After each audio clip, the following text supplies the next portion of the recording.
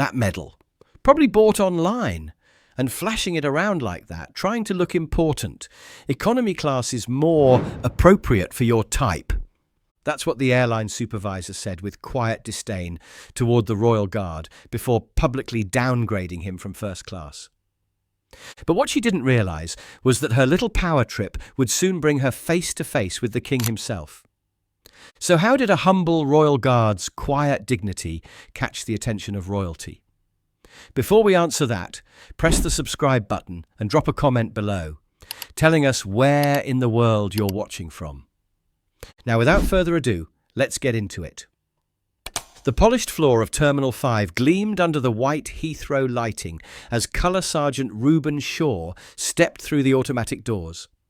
It was just past 9 in the morning, and the crowd was already pulsing with the energy of missed alarms and looming departures. But Reuben moved with a steadiness that had nothing to do with the rush around him. His ceremonial boots landed with purpose. His scarlet tunic, pressed to a razor's edge, bore the insignia of a man who had spent 30 years in disciplined service. Pinned just above his breast pocket was a Victoria Cross. The medal was aged, slightly dulled by time, not ostentatious, just quietly there, the way most men who'd earned one preferred it. He drew quiet glances as he moved through the terminal, not because of the medal, but because of the uniform.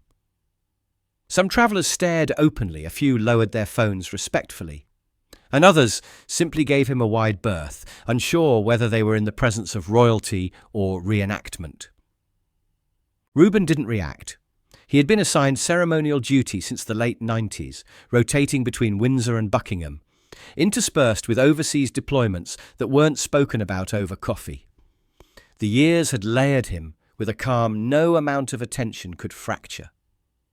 He approached the check-in counter. The woman behind the desk smiled politely until her eyes caught the glint of bronze on his tunic.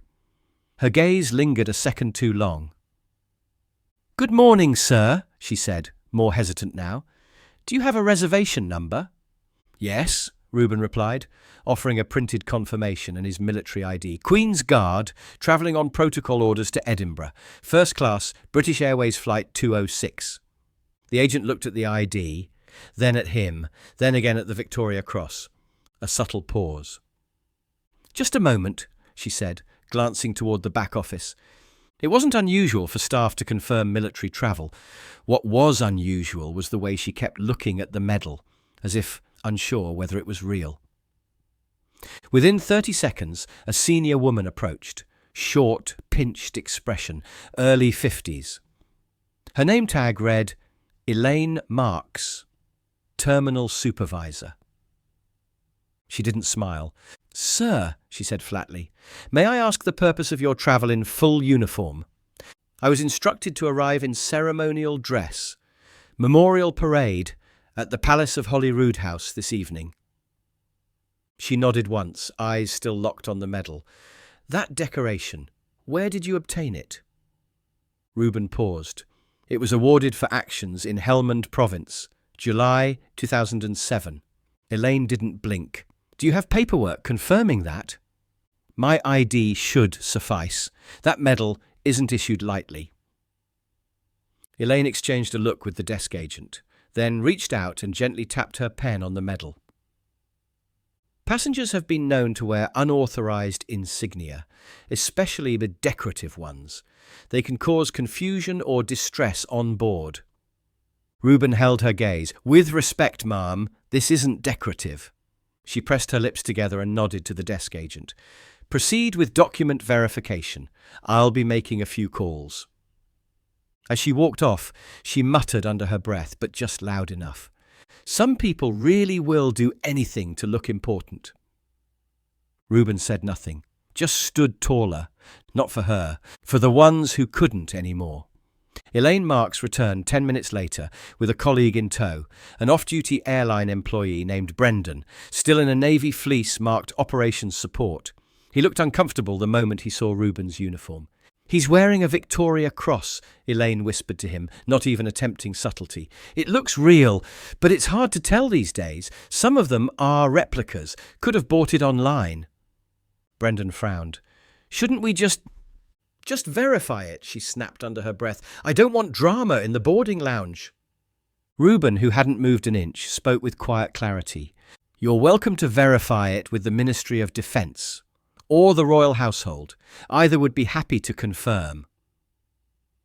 Elaine didn't answer. She walked back to the counter and gestured for Reuben to step aside. We'll continue check-in once we sort this out, she said flatly. Reuben stepped aside without protest, setting down his leather carry case and folding his gloved hands in front of him. The uniform was heavy, but not half as heavy as what was being suggested. A few minutes later, another junior employee returned with his boarding pass in hand, but not the one he'd been issued earlier. Sir, she said gently, eyes flicking up to his chest and back down, you've been reassigned. Seat 37B, economy. Reuben blinked once. On what grounds? The girl flinched slightly. We were told there was a concern about onboard disturbance.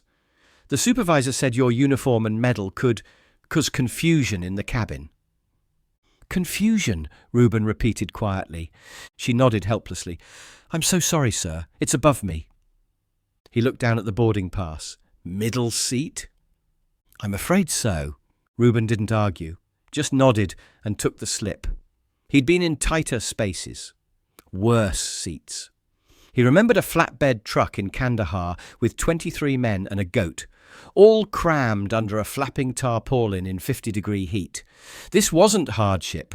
This was protocol failure. Elaine reappeared a moment later, eyeing the exchange. That medal really necessary? She asked sharply. We've had passengers complain in the past. Think it's intimidating. Suggests violence. Reuben's reply came measured but firm. That's not a decoration, ma'am. That's a name. Elaine tilted her head. A name? For the ones who didn't come home. We don't wear it for show. We wear it for them. She crossed her arms. Well, this is a commercial airline, not the cenotaph. If you want to play dress-up, do it somewhere else. Several nearby passengers turned at the remark. Reuben didn't flinch. I'm under royal orders. I was instructed to report in uniform for the ceremony in Edinburgh. Well, then I suggest you get used to economy, she said coldly. We're not running a parade here. Reuben gave her a slow nod. No, I don't suppose you are. Elaine turned to walk off, clearly satisfied she'd won something. Brendan hesitated, glancing back at Reuben with something like regret before following her. As Reuben gathered his things, a man in a business suit stepped out of the nearby queue. Excuse me, he said, voice low. I saw that, and I just want to say thank you for your service. Reuben gave him a single nod. It's appreciated. The businessman looked down at the medal. That's the VC, isn't it? It is. I've never seen one up close. Most people haven't. He held out his hand. Reuben shook it once firmly, then turned and headed for Gate 12C. Without fanfare, without protest. Only the weight of silence trailing him. Gate 12C was already boarding by the time Colour Sergeant Reuben Shaw arrived, his steps steady but unhurried. The polished black boots that had marched across palace courtyards and combat outposts alike made no extra sound on the linoleum. Passengers already seated glanced up from their devices as he stepped through the jet bridge, bearskin cap tucked under one arm. Ceremonial tunic still sharp despite the delay. The gold trim glinted faintly beneath the overhead lights, less like a display, more like a held standard. He reached row 37, middle seat. A young woman with earbuds was in the window seat. A heavy-set man with an aisle preference sat in 37C, already with elbows flared. Neither moved. "Excuse me," Reuben said quietly. The woman shifted with polite surprise. "Oh, of course. Sorry." She rose. The man didn't move until Reuben made it to the aisle, and even then he only grudgingly pulled in his arm. The ceremonial sash scraped his coat as he slid into the cramped seat, adjusting his frame with quiet effort. The overhead bins had no space, A flight attendant, mid-30s, clearly flustered, rushed to assist. "Sir, I'm sorry about this. We had a note from the front desk, but I didn't realise—" "It's all right," Reuben said calmly. "Just help me secure the case. The bearskin can rest across my lap." She nodded, her voice lowering. "They shouldn't have done this. We didn't approve any seating changes from our end." "I've been through worse," he said with a small smile. "A desert with 30 pounds of gear, no AC. This will do fine." Her eyes lingered on the Victoria Cross, pinned to his chest. She looked like she wanted to say something, but professionalism won out. She nodded once and disappeared down the aisle. From across the row, a whisper. "Is that real?" Another. "Looks like a soldier or something." Passengers in surrounding rows turned subtly in their seats. Not everyone recognised the medal, but enough did. A few gazes were respectful, others curious. But the atmosphere had changed. Not tense, just heavy. Like the air in a cathedral when someone kneels in silence. In row 38, an older man, white-haired, wearing a dark green tweed jacket, leaned forward slightly. "Excuse me, Sergeant," he said, voice low and deliberate. "That VC, Afghanistan—" "Yes, sir." The man nodded. "Royal Welsh Fusiliers myself. Korea, 52. I recognise the ribbon anywhere." Reuben offered a small incline of the head. "It's an honour." "No, son," the old soldier said, eyes shining just a little. "That honour's all yours." He raised a shaky hand in salute, 2 fingers against the brow, palm out. Not sharp, but full of reverence. Reuben returned it subtly with a quiet, "Sir." The man leaned back, eyes closed now. The corners of his mouth turned upward. A few people who saw the exchange lowered their eyes. Whatever theatre they thought the uniform represented had begun to look more like a monument. The last few passengers filtered in. Then came the sound of brisk steps, a woman in heels, briskly clicking past the rows. Elaine Marks. She wasn't supposed to be on the flight. She must have pulled a supervisor's travel credential, either for inspection or oversight. She walked the aisle briskly, scanning the seats, clipboard in hand. She spotted Reuben, didn't smile, just muttered under her breath, "Still playing dress-up, I see, all for show," and kept walking. Reuben didn't respond. Didn't need to. Not while the old man behind him watched with narrowed eyes. Not while the cabin absorbed the quiet contrast between the two. Some uniforms carry authority. Others carry memory. And Reuben Shaw knew which one he wore. The boarding door had nearly closed when the sound of polished leather echoed down the jet bridge. Sharp, deliberate, unrushed. A final passenger stepped onto the aircraft. He was tall, composed, and wore a charcoal grey suit that fit with surgical precision.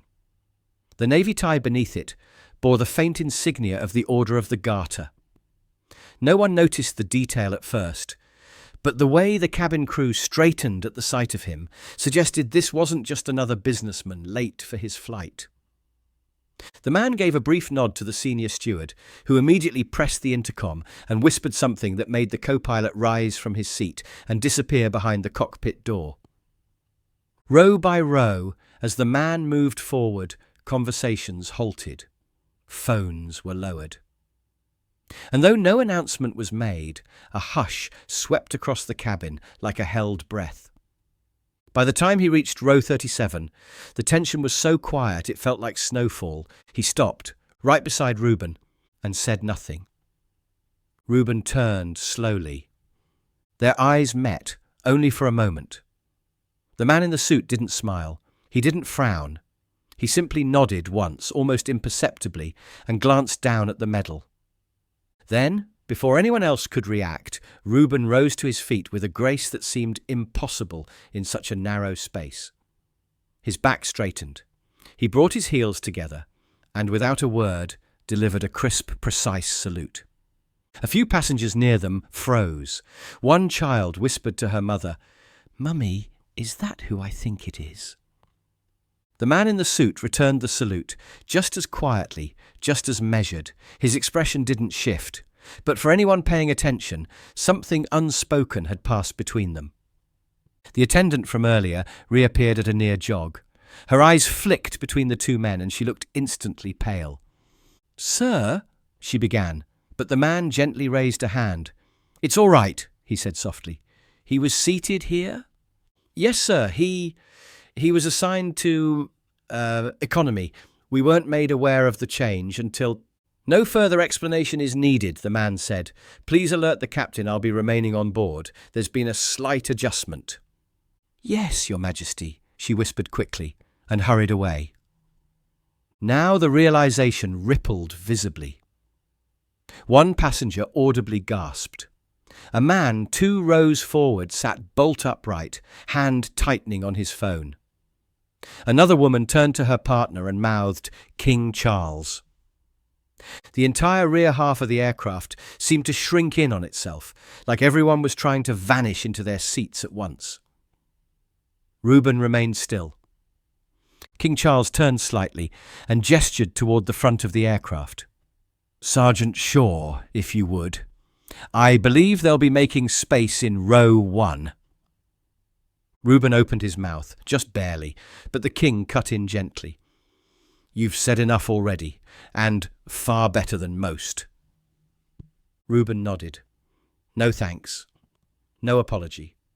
Just the smallest nod of acknowledgement before he carefully retrieved his bearskin and travel case from the overhead. No one said a word as he moved up the aisle beside the king, not even Elaine, still standing near the front galley, suddenly staring at her shoes. They disappeared through the curtain without ceremony. Only silence followed. Because when royalty moves for a guardsman, it's not theatre, it's history answering back. Row 1A had been held empty. It wasn't protocol. It wasn't planned. It was instinct. The steward from earlier had cleared it the moment she heard the voice, low and unmistakable, identify itself with the weight of 1,000 state addresses behind it. King Charles didn't need an entourage to command presence. He simply stepped into a space and the space adjusted. As Reuben took his seat, placing his travel bag neatly beneath the window and setting his bearskin beside it, the king settled into 1B, with the quiet ease of a man who had long since stopped being surprised by the gaps between public perception and private truth.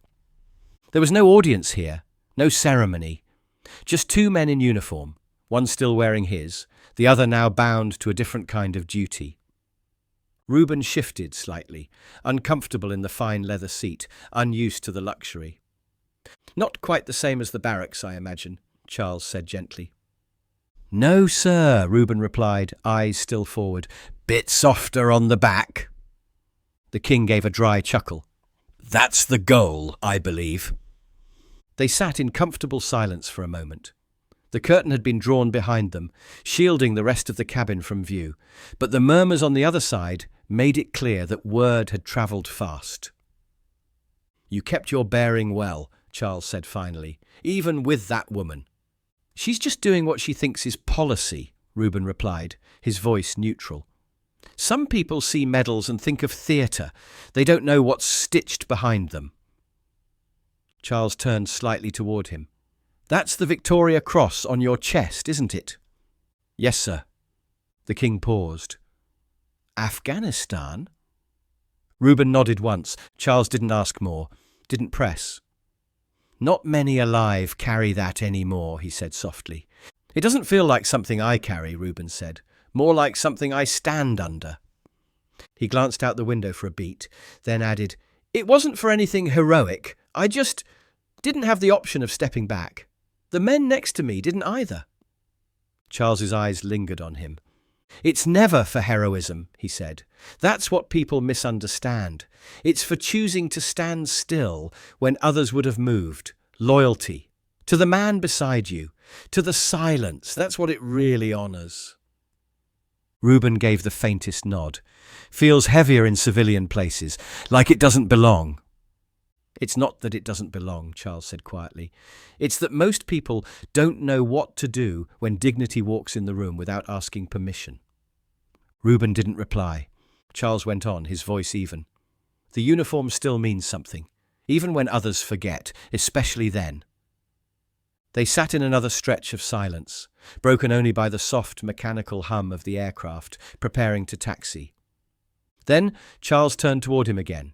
You know, I read somewhere recently that silence has its own kind of gravity. I believe that's true. Reuben didn't look at him, but his jaw tightened slightly. I've always thought, the king added, that soldiers like you remind the country what quiet loyalty looks like. Not with speeches, not with medals, just by being there when others walk away. Reuben exhaled. Not heavy, just steady. Not everyone sees it that way, he murmured. Charles offered the faintest smile. They don't need to.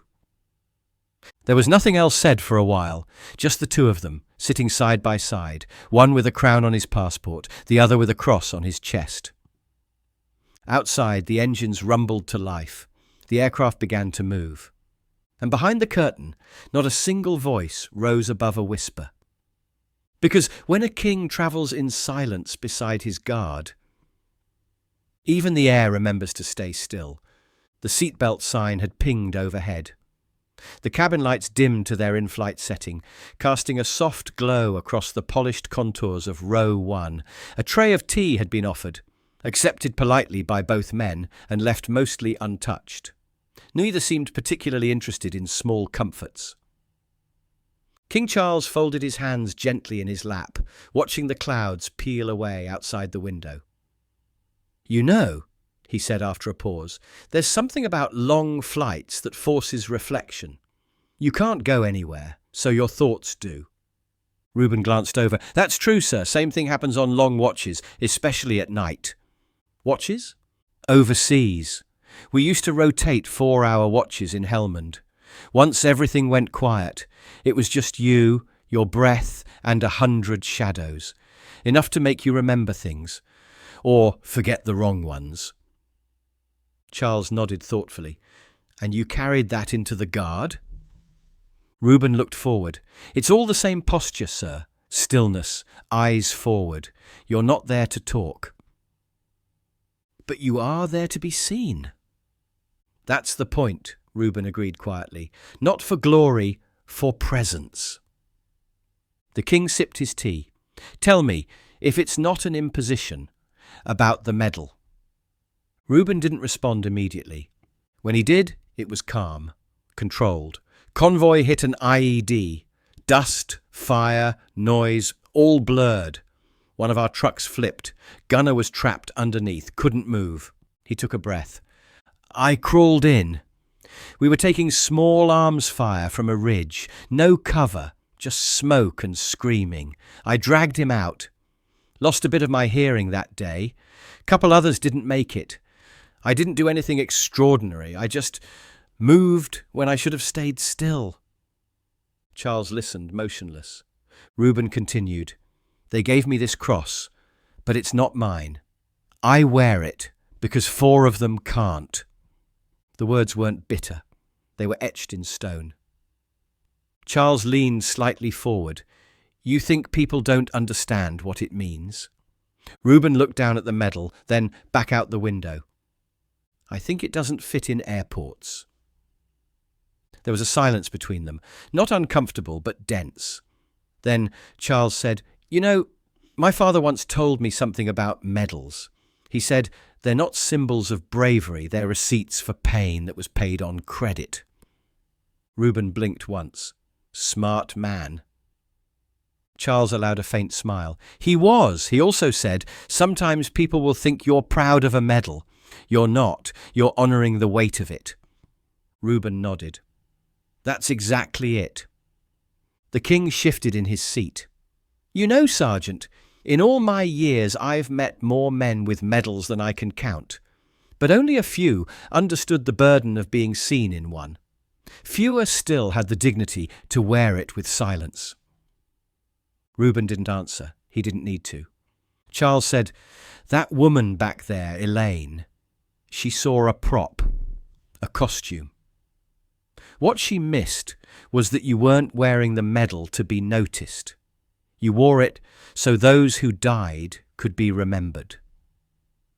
Reuben's jaw tightened slightly. "Sometimes people think I'm just being dramatic, that I wear this for attention." "And yet," Charles said gently, "when the attention came, you said nothing." The guard gave the faintest shrug.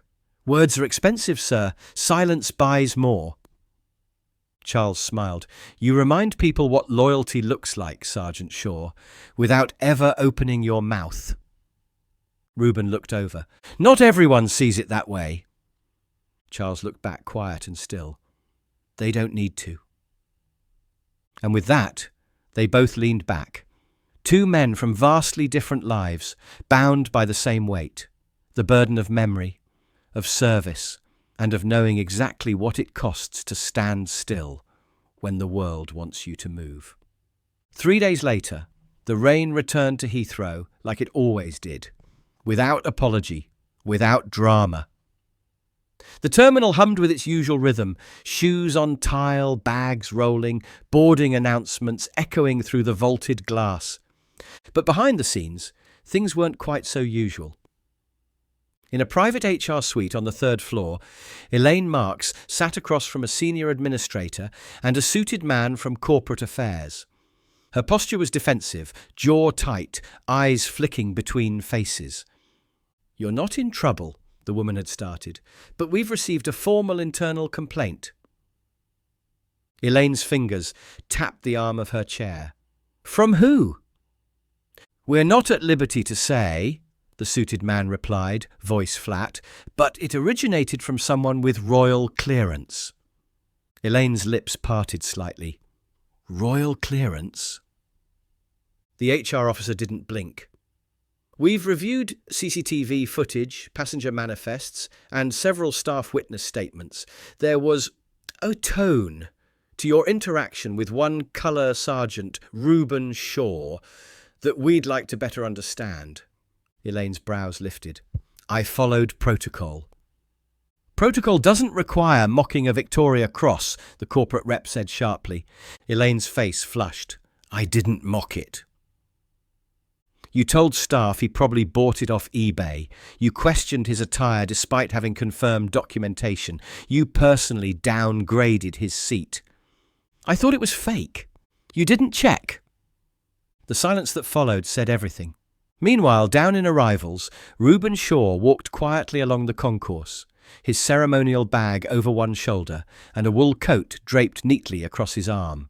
No uniform today, no medal, just a man in pressed civilian clothes, moving through the terminal like any other traveller. A woman near the escalator did a double take. "Are you?" He gave a polite nod, not stopping. She didn't push, just smiled. "Well, thank you for whatever it is you've done." Reuben kept walking. There was no announcement, no briefing, no press release. Just a quiet correction, handled behind doors. A week later, the airline's internal staff newsletter went out as usual. Page 6 featured a short paragraph under Policy Updates. Effective immediately, staff are reminded to treat all service uniforms with full professional courtesy. For clarity, official military decorations, including the Victoria Cross, are to be acknowledged as such unless otherwise proven. Questions about uniformed personnel should be directed to the duty manager. A reference guide will be available at all desks. The sentence sat there quietly. No explanation, no names, no mentions of royalty or reviews. But those who'd been there, they understood. Reuben never replied to the letter of apology that arrived by mail 2 days later, delivered in an unmarked envelope with an embossed return address. He didn't need to. He folded it neatly and tucked it inside the back cover of a worn black notebook. Then he placed that notebook in the small wooden drawer in his kitchen, beside an envelope marked simply Parade Schedule and an old photograph from Kandahar, 4 young men all squinting into a sun that no longer existed. Some medals are for ceremony, some are for silence. And some are worn by men who don't ask for acknowledgement, because they carry what matters in memory, not metal. Have you ever witnessed someone stand their ground, not with noise, but with silence? Do you think uniforms and medals should automatically command respect, or should it be earned in each moment? And if you were standing behind Sergeant Shaw at that check-in counter, would you have spoken up? Let us know in the comments. We read every single one. And if this story made you pause or gave you a different kind of respect for quiet strength, hit that like button, subscribe, and turn on the bell so you never miss our daily uploads. Know someone who thinks Royal Guards are just pageantry. Share this video with them. Let them see what quiet dignity really looks like. Our other Royal Guard stories are appearing on your screen right now. Watch those next. And we'll see you tomorrow, same time, with another brand new story that proves sometimes silence speaks loudest.